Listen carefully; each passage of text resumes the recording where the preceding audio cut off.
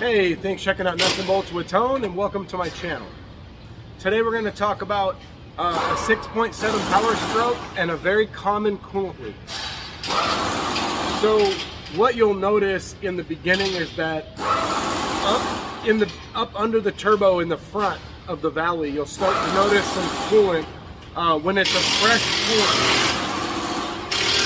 And if it leaks for a while, it'll run back along the valley of the engine, and you'll notice it coming out around the bell housing and down the block when it gets really bad. So what's really common to leak is a coolant hose, and the coolant hose goes into the turbo, and it's got a rubber hose on one end about that long, and then it goes and it's curved, and then it goes into a fitting, and I'll show you that. So the coolant hose connects to a little coolant nipple underneath in a housing below the thermostat, and then it comes around and it goes into a fitting. So it's really just common to leak all over. So the one I'm doing in this video, you'll see that the rubber hose actually has like a little hole in it and it's leaking. In the past, what I've noticed is really common is that fitting on the turbo to leak. And so you get a leak at the fitting or the pipe or both.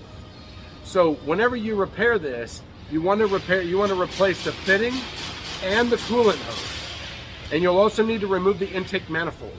And I'll show you the steps it takes to perform all of this right now.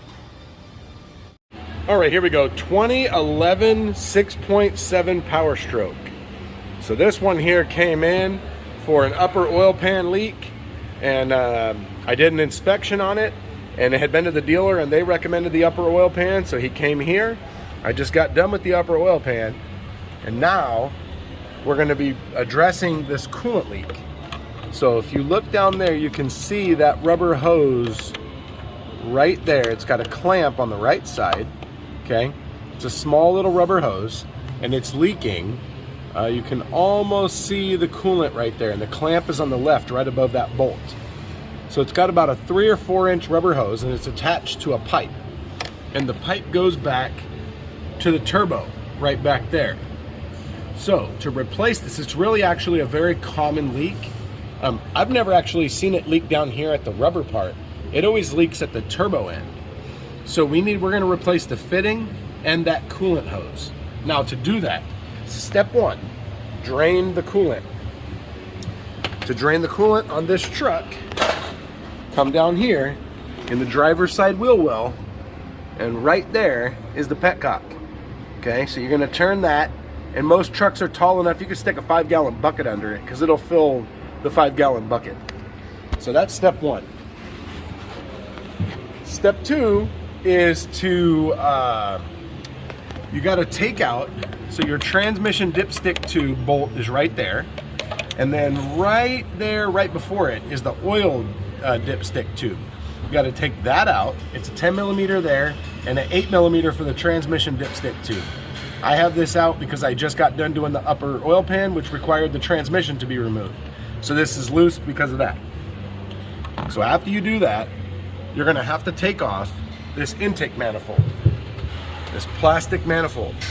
Now to get this off, there's a few things.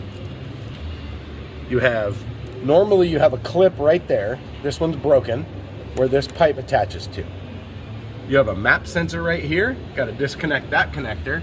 And then right there, you have a retainer holding it to the intake manifold. So you got to undo that. And then you got to take all these bolts out. So what this looks like off the truck is here. So here's the intake manifold right there. And there's all the bolts. That shows you the orientation. The tricky part about this is that the bolts don't want to stay up, and when they're hanging down, it's really hard to get the manifold out. You have to like rotate it out. And after I get it off, I'll let you know which way you have to rotate it to get it off. And then there's the seals. So it's 4 seals. So you got one round one here. You got this guy here, which this part is square. And then this is like an oval shape. So there's the oval, there's the round, There's the other oval, I'm sorry, there's two ovals in the same bag, and then there's the square with the round. So you're gonna pull this off, throw those gaskets away, get new gaskets. Now here's what the turbo coolant hose looks like.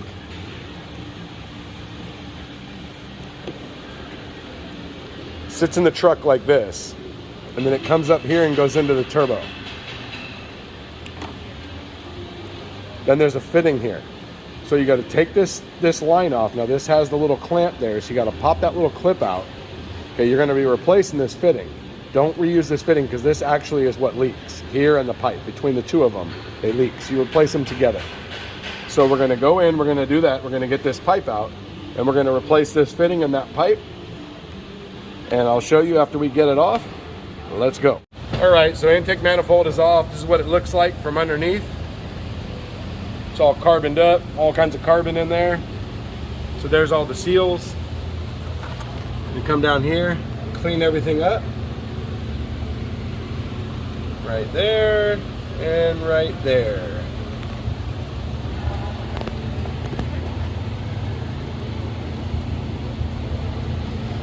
So there's that coolant hose. You can see it better now.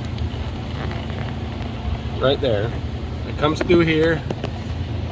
And it is actually this guy right here. It's actually this hose here. And it goes up under here.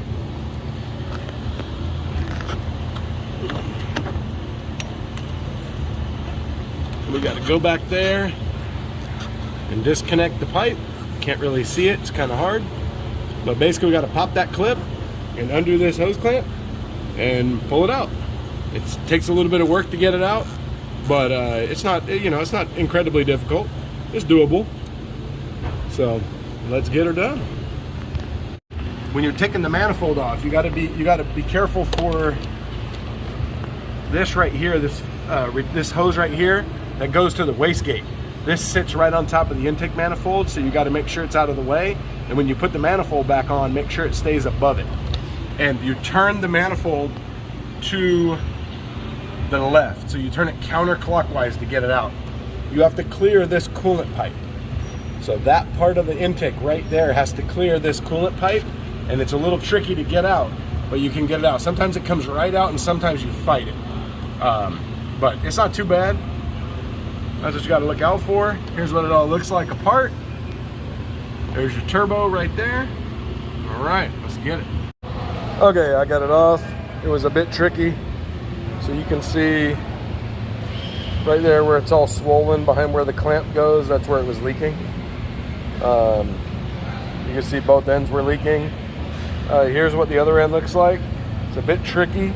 Hardest part about this is this right here is figuring out where the beginning of the clamp is so you can get a hook in there and open it up. This one was really stuck and dry. It was really hard to get out. But anyways, it's out. Now it's time to put it back together and get this thing done. All right, so here we go. So what I did on this one was I pulled all the bolts out. So I loosened up all the bolts and I pulled them out of the manifold. They have like little plastic retainers to keep them in, but they want to hang down. And when they hang down, they catch on stuff and they make it really difficult to get out. So I just pull them all out and then slip them all back in. So they're 89 inch-pounds for those. So we got this on, all snugged up. I got to torque them down and then tighten up the two dipstick tube bolts and put the dipsticks back in and fill it with coolant and plug in the map sensor. Don't forget the map sensor and we'll be good to go.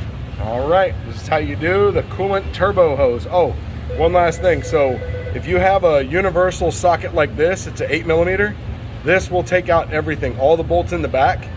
Get you a long extension like that. This is about like 12 inches and this works real well. Use this little zipper guy here and zip them right out and zip them right back in and then just torque them, be good to go. And I was wrong earlier, the dipstick bolts, both of them are 8mm. So, all right, let's get this together. All right, a couple tips when doing this job. First, get yourself a gripty mat right here.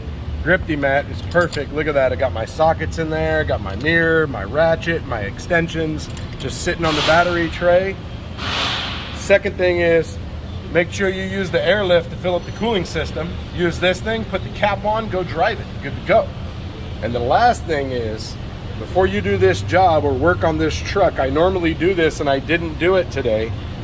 There's a coolant hose that goes from this degas bottle that comes around and hooks through here, has a T right here. When I was laying across the engine, I laid on that T, and right when I was about to fill up the cooling system, I noticed it was broken. And the T comes this way, and it comes around, and it goes to the radiator. The other part of this T comes around here and goes to the EGR valve. And then the last one goes back to this coolant nipple here. So it's in stock, so obviously it breaks all the time. But next time, what you gotta do, just disconnect it from here and then take the hose and fold it back this way. I normally do that. I did not do it this time. I forgot, and now I'm paying for it. So that's my last little tip, but here we are all ready to go. I hope you enjoyed the video. I hope it was informative, and I hope that it makes you feel comfortable to go and do this job, even if you don't work on diesels. So hit that like button, hit that subscribe button, and hit that bell. You get notified of all my future content, which you're definitely going to want to see. Check me out on Instagram at Nuts and Bolts with Tone for the daily life as a mechanic. Show you all kinds of tools, funky stuff, repairs, all kinds of stuff. So thanks for watching the video. I'll see you next time.